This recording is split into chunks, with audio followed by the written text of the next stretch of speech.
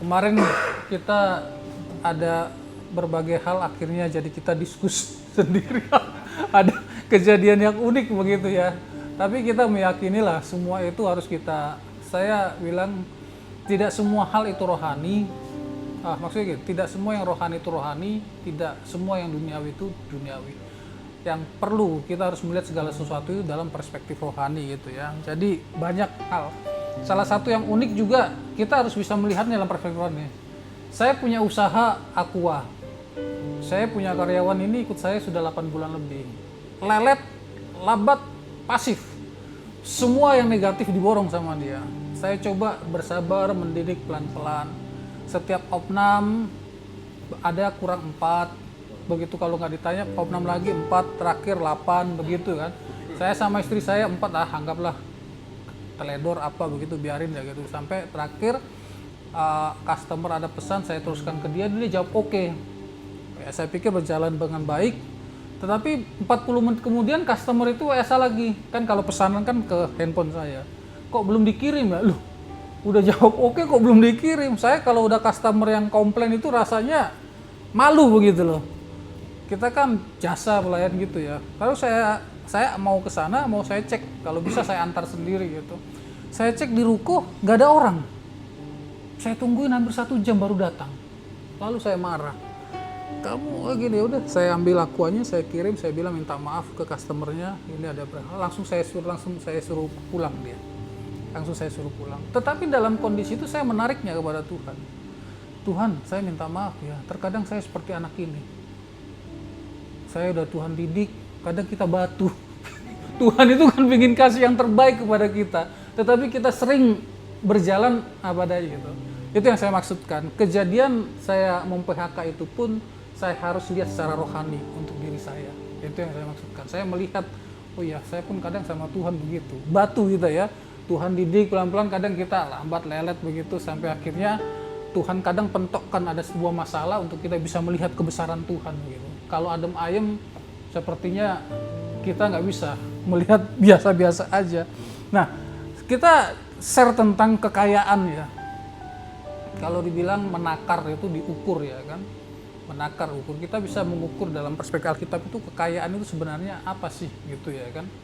Kaya. Saya memulai dengan beberapa pertanyaan kepada kita. Kira-kira apakah kita memandang diri kita ini orang-orang yang memiliki kekayaan? Atau yang pertama juga nanti kita harus lihat dulu, kekayaan itu apa? Dan tolak ukurnya seseorang disebut kaya itu apa? Begitu. Kalau dunia sudah pasti. Kalau dunia bilang tolak ukurnya kekayaan adalah duit, materi, saldo, rekening kan begitu, aset itu ya, dan lain-lain, harta dan lain-lain. Tapi kalau itu pun konsepnya nanti kita tarik di belakangnya, konsep dia adalah materialisme kan begitu. Karena bagi dia yang paling penting adalah materi, makanya kekayaan adalah itu. Lalu sendiri kalau kita pikirkan juga, yang dimaksud dengan kekayaan itu tujuan atau hanya alat? Itu juga penting harus kita ketahui. Kalau kekayaan itu menjadi tujuan, wah itu nanti akan sangat bahaya bagi orang tersebut. Tetapi kalau kekayaan itu hanya sebagai alat, itu dia akan mengendalikan. Itu ya, itu penting. Makanya sebelum Tuhan memperkaya kita, kita tahu dulu nih kekayaan itu tujuan atau hanya sebatas alat gitu. Lalu menurut kita, seperti apa sih orang itu? Tadi udah ya. Ketika kita berbicara kekayaan seperti apa yang dimaksud oleh Alkitab?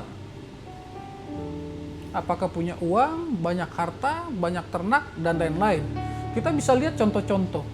Kalau dibilang dalam contoh-contoh Alkitab, nggak ada orang yang, kalau kita lihat Ishak ya, dia diberkati sangat kaya, semakin kaya gitu. Yakub juga tak terhitung ternaknya itu.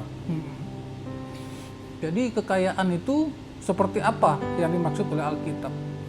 Alkitab baik PL dan PB melihat kekayaan itu dua sudut yang berbeda.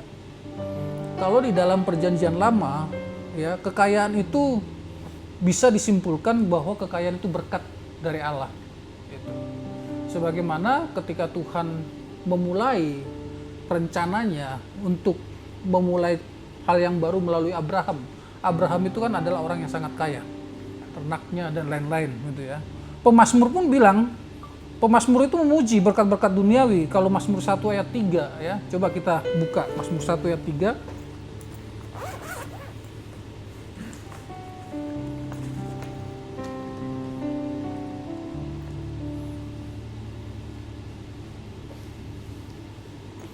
Ini tentang orang benar dan orang fasik gitu ya. Mazmur 1 ayat 3. Ia seperti pohon, jadi orang benar diumpamakan ya. Ini diumpamakan, bukan orang benar itu jadi pohon begitu.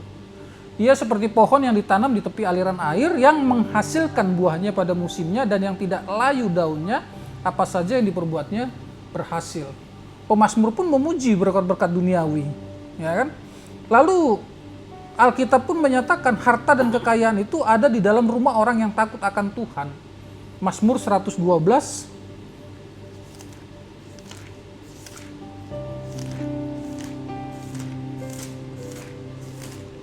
ayat 1 dan 3. Ayat 3 bilang demikian, harta dan kekayaan ada di dalam rumahnya, kebajikan yang tetap untuk selama-lamanya. Ayat 1-nya, haleluya, berbahagialah orang yang takut akan Tuhan, yang sangat suka kepada segala perintahnya. Lalu kekayaan itu, kalau di dalam perjanjian baru, itu untuk dinikmati. Tapi banyak orang justru salah, kekayaan terkadang bukan dinikmati, malah membelenggu. Saya punya, coba kita lihat dulu 1 Timotius 6 ayat 17.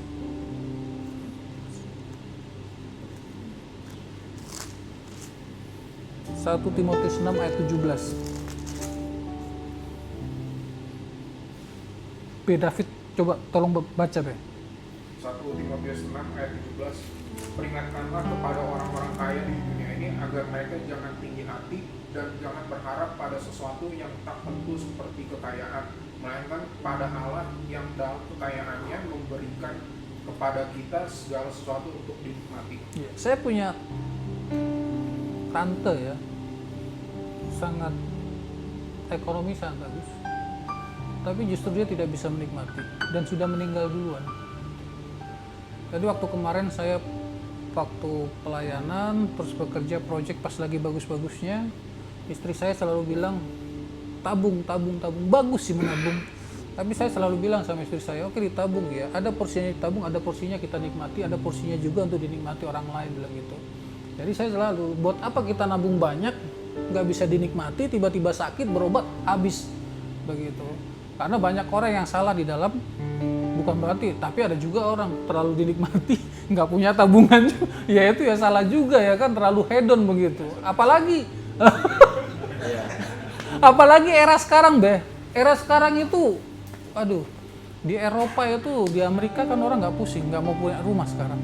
Yang penting dia ngontrak dan lain, aset itu di barat itu sepertinya udah nggak menjadi hal yang penting. Di Indonesia, iya. Jadi istilahnya yang penting bisa dinikmati apa gitu ya. Udah dan saya meyakini barat sama Indonesia itu tertinggal 60 tahun. Ya nanti akan masuk juga ke Indonesia gitu. Tertinggalnya 60 tahun gitu. Nah, kekayaan dalam Alkitab itu selalu disertai dengan tanggung jawab kedermawanan. Gitu. Di Alkitab ya. Jadi kekayaan itu harus ada tanggung jawab kedermawan yang ikhlas bagi yang membutuhkan. Gitu. Coba kita lihat di 1 Timotius 6 ayat 18 tadi. Masih di situ ayat 18 bilang begini ya. Peringatkanlah agar mereka itu berbuat baik, menjadi kaya dalam kebajikan, suka memberi dan membagi begitu. Jadi ketika orang percaya itu kaya, berarti ada sifat Tuhan yang harus dikerjakan melalui kekayaannya itu. Nah, yang paling terakhir kekayaan dalam kitab itu, ini poin yang paling penting. Ketika Tuhan dalam Paulus bilang begini, ia yang kaya rela menjadi miskin supaya kita menjadi kaya. Nah, nanti persoalannya kan nanti kita lihat kekayaan yang dimaksud Tuhan itu apakah berwujud materi atau apa begitu. Mana yang lebih pentingnya? Ataukah kekayaan surgawi yang membawa kekayaan duniawi, atau kekayaan duniawi yang mengantarkan kita kepada kekayaan surgawi. Itu harus, pemahamannya harus clear gitu loh.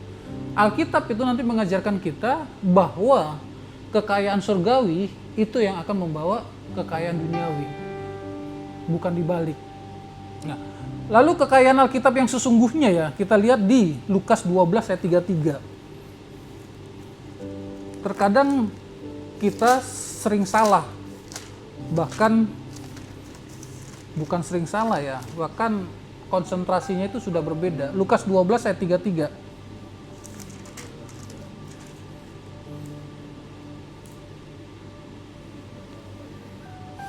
Ini sudah sangat terkenal ya. Saya dulu sering kota ini dan diskus ya. Saya bilang, oh kita orang percaya pasti bisa dong melakukan. Saya bilang, ngomong kosong. Kalau Tuhan Yesus pada saat itu tanya ke saya juga belum tentu saya jual harta saya semua. Saya bagikan kepada orang miskin. Ya kan? 33 bilang begini, juallah. Ketiga, juallah segala milikmu dan berikanlah sedekah. Buatlah bagimu pundi-pundi yang tidak dapat menjadi tua, supaya harta di sorga yang tidak akan habis tidak dapat didekati pencuri. Ternyata harta yang sesungguhnya itu adalah harta surgawi, kekayaan surgawi, bukan kekayaan. Kenapa? Prinsipnya, kalau dibilang di Matius juga kan, ingat, kalau kau mengumpulkan harta di dunia, ngengat dan pencuri akan melahapnya, begitu. Bisa. Kekayaan itu tidak harus tunggu kita habiskan, bisa faktor orang lain bisa menghabiskan. Banyak orang kaya yang tiba-tiba menjadi miskin bukan gara-gara dia tidak mampu mengelola.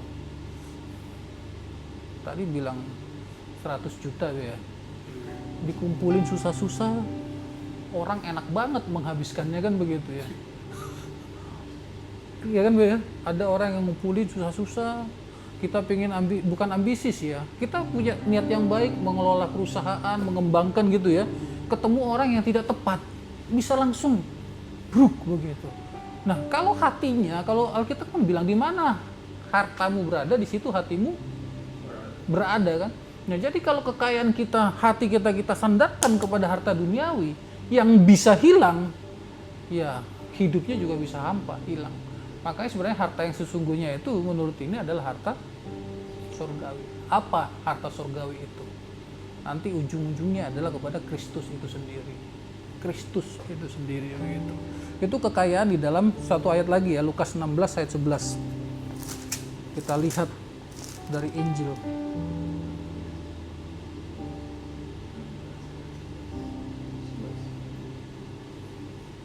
Jadi jikalau kamu tidak setia dalam hal mamon yang tidak jujur, siapakah yang akan mempercayakan kepadamu harta yang sesungguhnya? Jadi yang dimaksud dengan harta yang sesungguhnya di sini apa? Kalau kita lihat ini kan semua adalah perumpamaan tentang kerajaan surga, keselamatan. Keselamatan itu kalau diperas intinya adalah Kristus itu sendiri.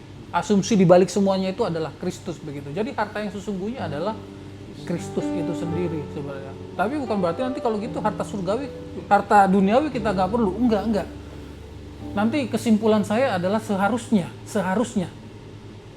orang yang percaya kepada Tuhan harus kaya. Seharusnya. Tetapi ada problem di situ nanti. Apa problemnya itu? Itu yang harus kita cari tahu, kita diskusikan. Nah, selanjutnya saya melihat, coba kita melihat bahaya-bahaya besar akibat kekayaan itu apa sih? Jadi kekayaan itu bagi orang yang takut akan Tuhan, kekayaan itu akan menjadi alat untuk melayani. Tetapi bagi orang yang tidak takut akan Tuhan, kekayaan itu akan menjadi bahaya yang sangat besar. Akan menjadi sangat besar. Yang pertama, tidak mengakui Allah bahwa sumber berkat.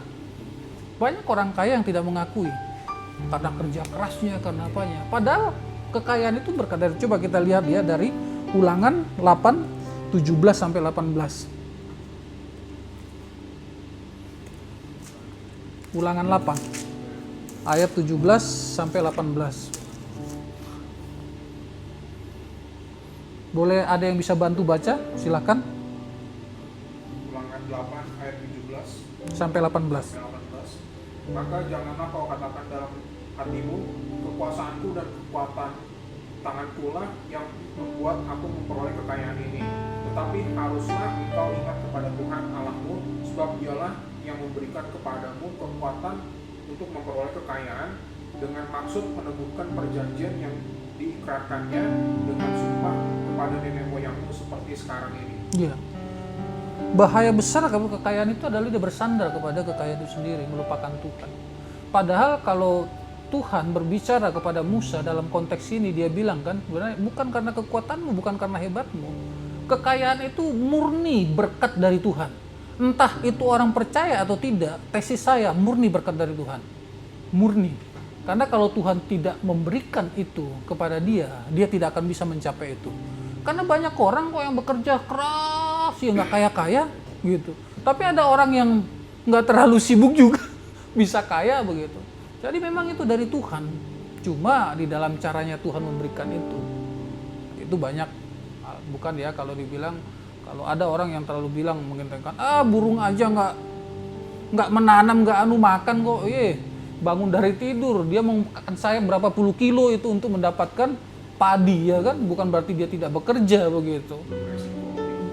Belum resiko dibedil ya gitu. Martin Luther dalam sebuah bukunya bilang begini, ketika aku khawatir terhadap diriku, ketika aku mendengar burung berkicau, di situ Tuhan mengingatkan aku bahwa aku lebih mulia daripada dia. Burung saja. Jadi sebenarnya kicauan burung itu harusnya membuat aku malu. Burung saja yang tidak punya tanah dan lain-lain, tetapi dia masih bisa hidup. Apalagi kita yang punya hikmat Allah, katanya. Sebuah kelaparan itu sebenarnya kelaparan itu tidak seharusnya terjadi. Karena ada yang salah di situ. Kenapa terjadi seperti itu? Lalu selanjutnya, kekayaan bahayanya apa? Bersandar kepada kekayaan itu. Ya dunia sekarang udah begitu ya kan. Segala sesuatu bisa beres kalau ada itu. Udah semua pokoknya. Apa yang nggak bisa? Bahkan sekarang uang mencoba menciptakan, saya lupa di Jerman apa di Rusia, mereka bikin peti es. Orang mati ditaruh di situ sampai berapa ratus tahun, dia tetap seperti itu. Asumsi mereka berdasarkan Alkitab, kebangkitan itu, mereka meyakini suatu saat kesehatan akan mampu membangkitkan orang. Kan gila itu. Saya tidak lihat itunya, tapi saya lihat keyakinannya itu loh. Keyakinannya sampai uang berusaha untuk membangkitkan orang. Begitu. Di Jerman mereka bikin teleskop yang begitu besar untuk memantau alam semesta, sains dan lain-lain. Itu kekayaan. Tetapi ya ujung-ujungnya begitu. Dia bersandar seolah-olah bisa selesai semuanya. Padahal enggak juga sih. Kita sakit bisa disembuhkan oleh uang. Iya, tapi kematian tidak bisa. Ya, kan? Kita bisa beli obat tidur, tapi tidak bisa beli tidur. Ya kan? Banyak hal sebenarnya. Tapi ketika kekayaan tanpa disertai rasa takut akan Tuhan, itu kan menjadi kita bersandar kepada kekayaan itu. Bahayanya selanjutnya adalah kita menjadikan itu menjadi pusat orientasinya kekayaan itu. Jadi hidup saya apapun tujuannya hanya uang. Makanya dulu Niki Astria bikin uang lagu itu kan, lagi-lagi uang, uang bisa bikin mabuk, uang bisa bikin dan lain-lain gitu. Lagi-lagi uang. Jadi bahayanya itu fokus kita semuanya. Babe, berapa banyak rumah tangga yang rusak hanya gara-gara suaminya fokus kerja? Berapa banyak perkawinan yang gagal memiliki keturunan gara-gara mereka fokus kerja untuk cari uang? Di era sekarang ya, sama-sama sehat, bisa jadi ternyata gara-gara konsentrasi bekerja ternyata berefek kepada spermanya, sel telurnya, hanya gara-gara rajin bekerja dan lain-lain begitu. Ya itu salah satu faktor ya, mungkin makanan dan lain-lain mempengaruhi ya kan begitu. Tetapi banyak sekali. Berapa banyak hubungan orang tua dengan anaknya rusak hanya gara-gara fokus perhatiannya kepada uang gitu dan lain-lain. Yang saya maksudkan adalah bahaya besarnya akibat dari kekayaan itu. Kalau sampai kekayaan itu adalah tujuan itu tadi. Lalu yang terakhir kekayaan itu, ini yang paling penting. Coba kita buka Matius 13 ayat 22. Tuhan Yesus mengingatkan. Sekali lagi bukan berarti ini ya, bukan berarti kita nggak boleh kaya ya. Tapi diingatkan ada bahayanya di situ. Matius 13 ayat 22, kalau sudah saya baca ya. Demikian. Yang ditaburkan di tengah semak duri ialah orang yang mendengar firman itu, lalu kekhawatiran dunia ini dan tipu daya kekayaan menghimpit firman itu sehingga tidak berbuah. Kekayaan itu bahaya besar. Akibat kekayaan itu bisa menghambat firman itu tidak tumbuh di dalam ini kita. Tapi memang sekarang juga kalau kita bilang ya, kalau seumpama kita udah punya duit semuanya, apalagi yang diperlukan? Suatu ketika ada seorang pengkhotbah, dia berkhotbah dan ada orang datang kepada si pengkhotbah, bilang begini, Pak, saya kok merasa ketika Bapak bilang kita harus mengakui dosa kita di hadapan Tuhan, saya kok kayaknya nggak punya dosa ya, katanya begitu. Saya baik, saya ngebantu orang, punya ini, semuanya begini, pokoknya gitulah. Hidup saya baik-baik saja, semuanya lancar katanya. Apa yang harus saya akui dosa saya?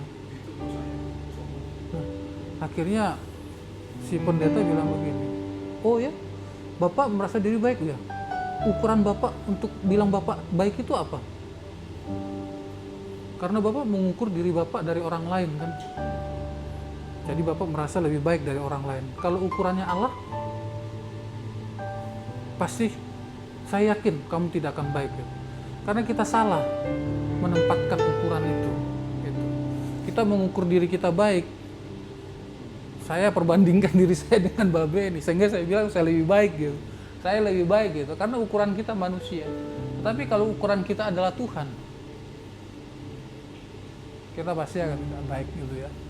Nah, kekayaan itu kalau sudah menjadi pusat perhatian, jadi tolak ukurnya, akhirnya kita bisa meninggalkan. Ayub, salah satu yang hebat di dalam konteks itu ya, kekayaannya disikat habis sama Tuhan, tetapi dia tetap percaya kepada paling kaya. Nah, paling kaya ternaknya 7.000 ya, udah terlalu banyak sekali itu. Hah? Dia naga yang ke-10 kan. Istrinya 300, bibirnya 700 itu. Iya. Itu bahaya itu. Nah, kita baru sekarang akan memulai dalam konsepnya saya bilang tadi, misalnya orang percaya seharusnya kaya. Gitu. Yang berapa? Karena kekayaan itu sebenarnya kalau di era sekarang ya sistem ekonominya ya dibilang entah disebut kapitalisme apa begitu individualistik ya, untuk berkaya bagi diri sendiri ya.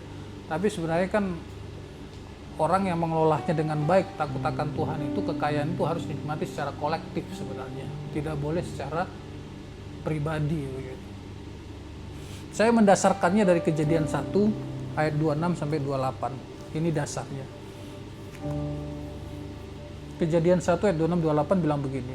Berfirmanlah Allah, baiklah kita menjadikan manusia menurut gambar dan rupa kita, supaya mereka berkuasa atas ikan-ikan di laut dan burung-burung di udara, dan atas ternak dan atas seluruh bumi, atas segala binatang melata yang merayap di bumi. Ayat 27. Maka Allah menciptakan manusia itu menurut gambarnya, dan menurut gambar Allah diciptakannya dia laki-laki dan perempuan, diciptakannya mereka. 28. Allah memberkati mereka, lalu Allah berfirman kepada mereka, yang pertama itu beranak cucu dulu, bertambah banyak, yang kedua penuhilah bumi dan taklukkanlah itu, yang ketiga baru berkuasalah atas sumber daya alam. Dan begitu ya, berkuasalah. Kalau kita baca lagi di Kejadian pasal 2, sumber daya alamnya itu kalau di pasal 2 ayat yang di situ ada berbicara tentang ayat 8 sampai ayat 10 ya. Ayat 11-nya aja.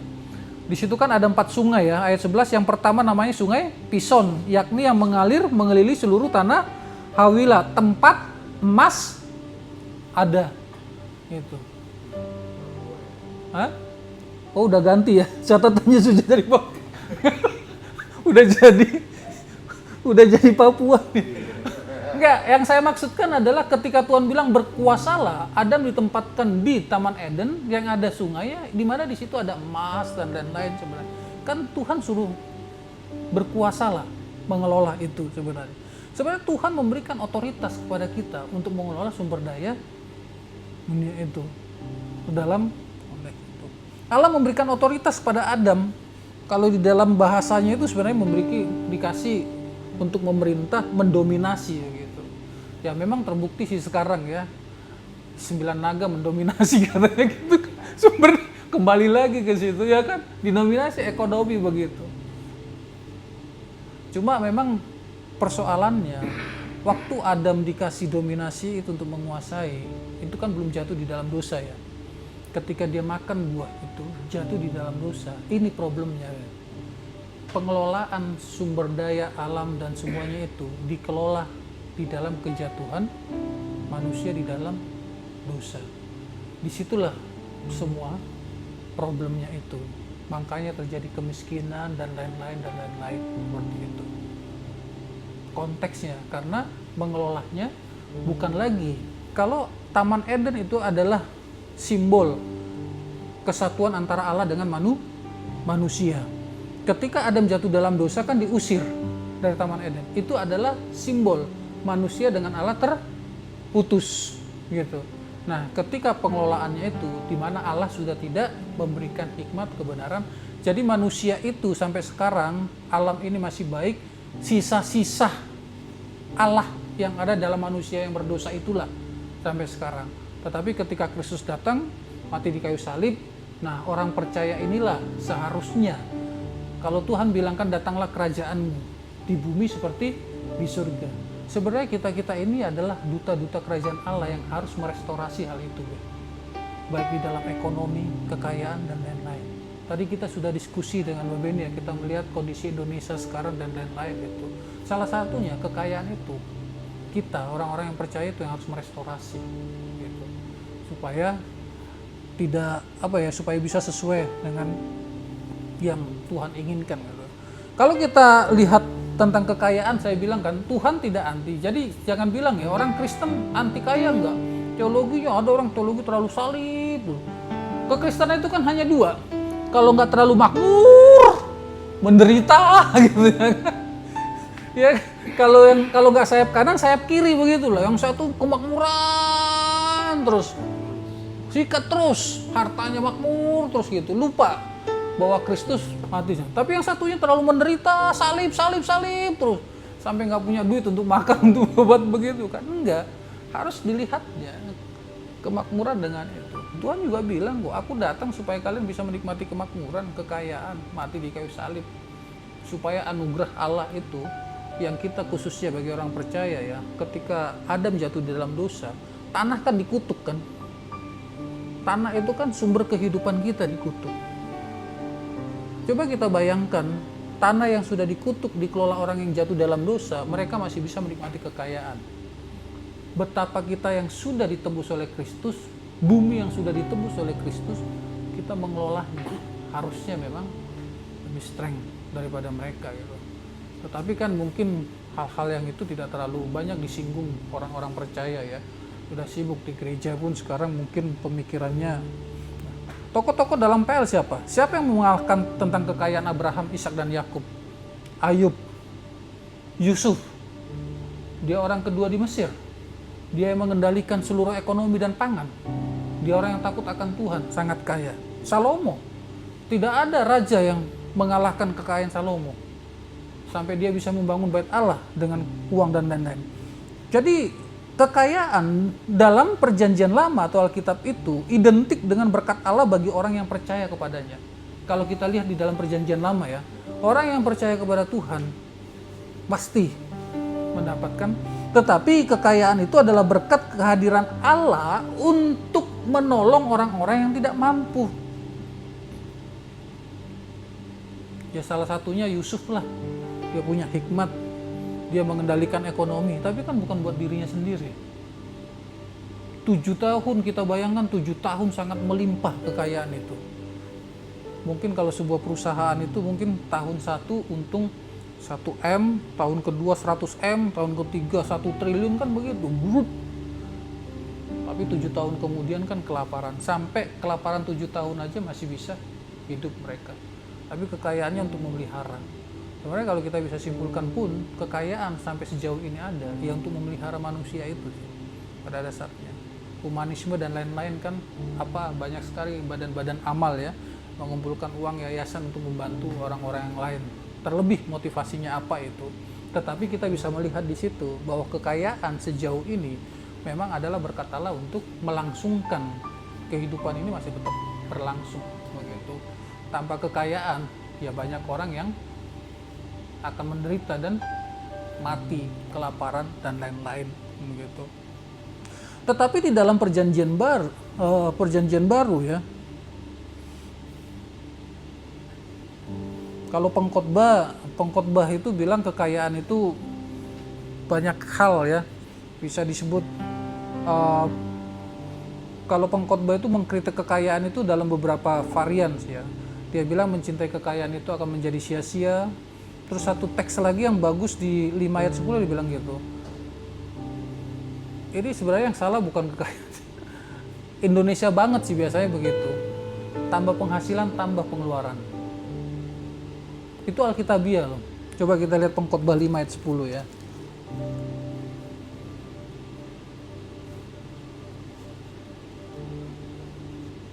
Pengkhotbah 5 ayat 10.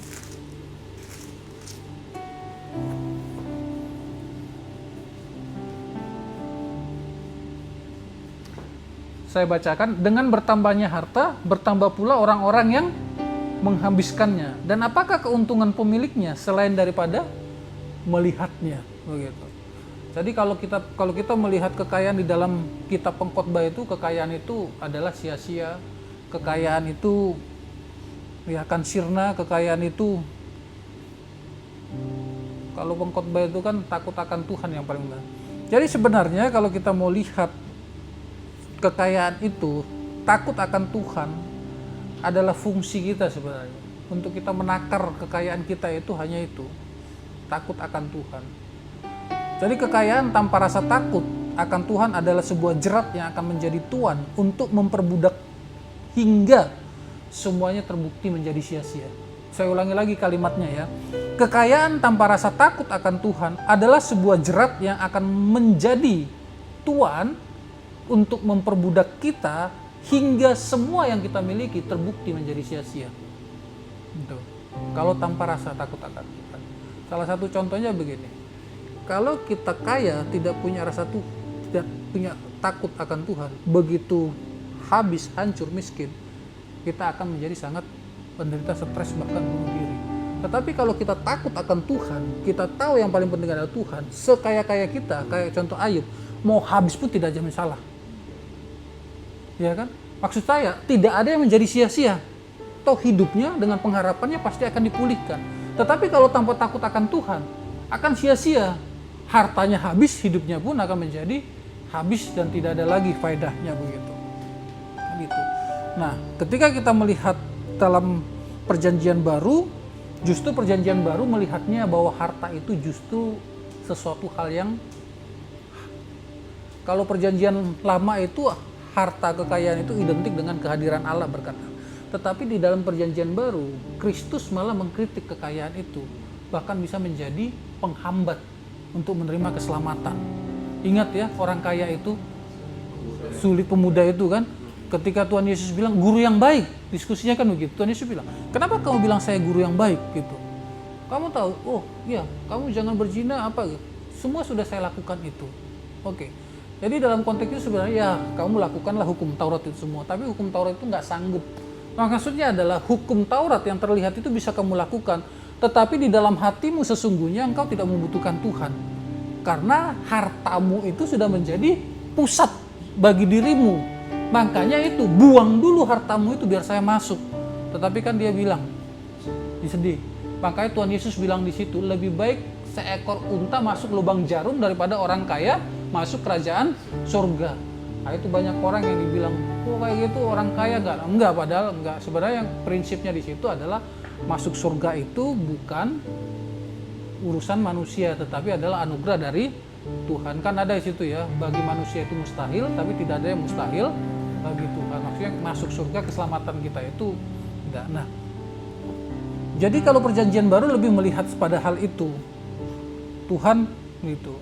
Makanya dibilang di dalam teks Matius juga bilang kan, jangan mengabdi kepada dua tuan, Tuhan dan Mamon. Mamon itu bisa diterjemahkan uang, bisa terjemahkan kekayaan. Secara teks itu memang uang dan kekayaan, tetapi pemakaiannya itu lebih kepada ketamakan akan kekayaan. Jadi ketika Tuhan sudah bilang, penulisnya berbicara mamon, itu yang tersirat adalah kerakusan akan kekayaan, bukan kepada uangnya itu sendiri loh. Nah itu yang ditafsirkan yang dituliskan Paulus dalam 1 Timotius 6:10. Akar dari segala kejahatan adalah cinta. Cintanya akan uangnya, bukan uangnya gitu. Bukan uangnya, cintanya. Cinta akan uangnya sudah melebihi daripada mencintai Tuhan. Jadi itulah akar dari kejahatannya, konteks dalam mamon itu. Jadi kekayaan dalam perjanjian baru itu yang pertama menjadi berhala bagi manusia. Kenapa? Karena menunjukkan posisi hatinya. Letakkan hatinya sepenuhnya kepada kekayaan itu. Yang kedua, penghalang dalam menerima keselamatan Tuhan. Tentang perumpamaan orang kaya itu. Yang ketiga, kekayaan itu menjadi akar dari segala kejahatan. Timotius itu tadi. Nah, oleh karena itu, bagaimana kita harus melihat kekayaan itu sendiri gitu. Jadi kekayaan itu tidak salah. Sekali lagi Alkitab bilang kekayaan itu adalah dari Tuhan dan kekayaan tidak salah. Yang salah itu terkadang adalah orang yang memiliki kekayaan itu, yang mengelola kekayaan itu. Jadi kekayaan adalah bagian kita yang dianugerahkan oleh Allah, harus kita nikmati dan kelola sebagai alat pemeliharaan Allah di dunia ini yang telah jatuh di dalam dosa. Ya, salah satunya Babe Hari, Tuhan kasih anugerah itu untuk diberikan uang dan lain untuk bisa mengelola itu. Akhirnya menjadi berkat. Itu. Dan saya juga sering kok diskusi sama istri saya, gitu, kalau istilahnya kalau ada berkat begitu ya kan, kira-kira kalau kita mau diberkati, ada proyek gede gini, apa sih goalnya begitu? Kita harus tahu juga, jangan untuk dinikmati semua, untuk pelayanan, untuk apa, atau orang-orang di sekitar kita yang memang memerlukan uluran tangan, gitu ya. Karena saya meyakini, kalau semua yang tadi kita bahas, ketika Tuhan memberikan kita, mempercayakan yang namanya harta kekayaan, pasti ada tujuan Allah di baliknya. Apa yang harus kita kerjakan, begitu. Jadi ada sering bilang begitu, oh nanti dulu lah, tunggu saya punya banyak, baru nanti saya akan bantu. Enggak, posisinya bukan itu. Justru kalau selagi kita nggak punya aja nggak bisa ngebantu, kalau justru dikasih, malah jangan-jangan tuh menjadi jerat. Akan semakin menenggelamkan kita, mematikan karunia kita dan lain-lain. Gitu. Sejauh ini dikaruniakan. Ya. Yang kedua, kekayaan itu bersumber dari Allah dan harus dikembalikan untuk kemuliaan Allah. Kalau teks yang dibilang di dalam Kejadian itu, dikatakan berkuasalah, taklukkanlah. Itu bahasanya menekankan sebenarnya dia dibilang begini, semua bumi ini nyatakan bahwa itu punya Tuhan. Gitu. Kalau bahasa terjemahan letterleknya gitu ya, berkata gunakan apapun yang kamu kelola itu adalah untuk menyatakan bahwa itu punya Tuhan, dikembalikan kepada Tuhan. Tadi ada satu ilustrasi di Yakobus yang bilang kan, kalau kamu mau berbisnis pergi ke kota A, kota B, jangan kamu bilang untung begini, tapi jikalau Tuhan menghendaki begitu, untuk tidak mendahului dalam konteks itu. Jadi memang kekayaan itu ya balik lagi bersumber dari Allah dan untuk pemuliaan nama Tuhan. Sebenarnya kan tidak ada kalau kita pikirkan kelebihan kita apa sih? Oke lah, kita punya kecerdasan. Kalaupun para pebisnis, orang-orang yang lain selalu bilang kan hanya dibutuhkan berapa persen kecerdasan, keahlian dan lain-lain. Selebihnya dibutuhkan keberuntungan kan. Pebisnis kan selalu bilang begitu, orang-orang kaya kan. Kecerdasan, skill itu cuma 10%, keberuntungan. Kalau yang disebut di dalam project itu momentumnya gitu. Nah, sekarang momentum IKN tuh untung banyak ya kan, siapa yang punya project di situ? Itu momentum. Jadi dia punya skill, dia punya alat, dia punya semua. Kalau nggak ada momentumnya, malah pengeluaran yang banyak kan begitu. Jadi kekayaan itu murni bersumber dari Tuhan. Kita tidak bisa menyombongkan hal itu. Yang ketiga, kekayaan itu yang tadi saya bilang netral dari Tuhan. Kekayaan itu kekayaan pada dirinya sendiri itu tidak berdosa. Ya. Yang membuat kekayaan itu salah adalah orang yang memilikinya. Kekayaan bisa dipakai untuk menghancurkan, tetapi kekayaan juga bisa dipakai untuk menghidupkan. Tinggal orangnya. Tetapi saya percaya kita orang-orang yang takut akan Tuhan, kekayaan itu dipakai untuk menghidupkan untuk kemuliaan dari Tuhan. Jadi persoalan ialah orang yang memiliki kekayaan itu hamba Tuhan atau hamba uang. Jadi ada implementasinya terhadap kita, babe-babe, tentang kekayaan itu. Yang pertama adalah berdasarkan 1 Timotius 6 ayat 11. Kita lihat teksnya ya.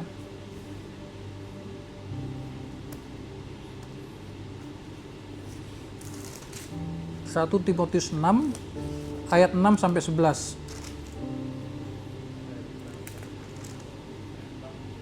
Ayat 6 sampai 11.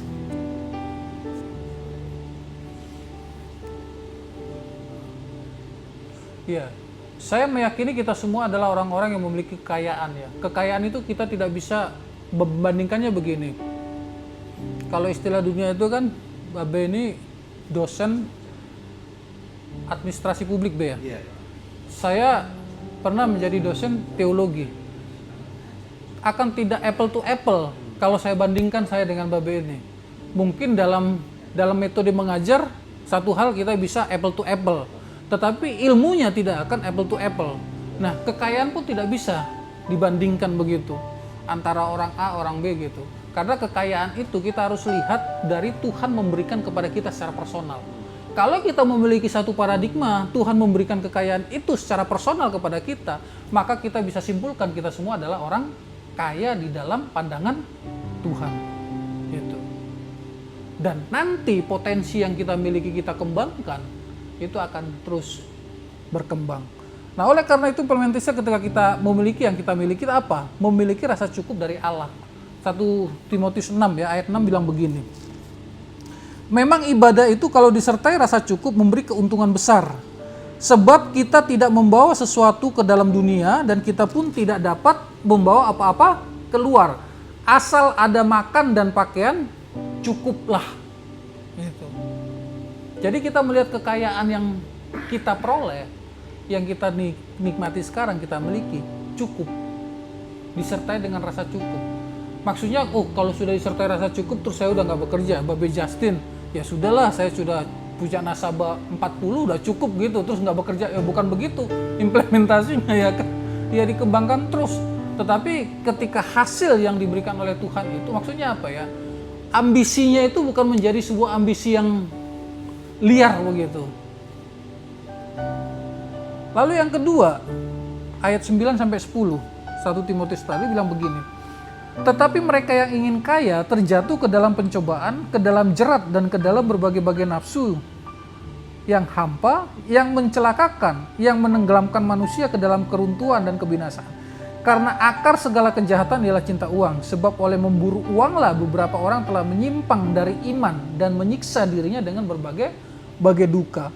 Yang kedua, jangan mencintai kekayaan. Dinikmatin aja dan dikelola gitu. Cukup kita mencintai Tuhan. Kekayaan itu ya, ada seorang penulis teolog Inggris, dia bilang begini mengenai kekayaan di dalam sebuah buku. Jikalau kamu memegang apa yang kamu miliki, yaitu kekayaan, jangan terlalu erat.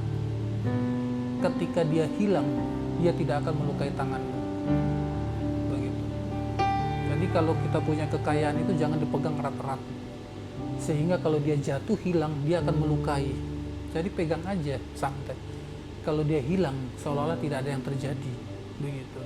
Makanya cintailah Tuhan, jangan mencintai kekayaan itu sendiri. Kalau kita mencintai Tuhan, seperti Ayub, kekayaan hilang, dia tidak merasa sakit dan Tuhan bisa pulihkan hanya dengan cepat sekali. Begitu. Lalu yang terakhir, memiliki kekayaan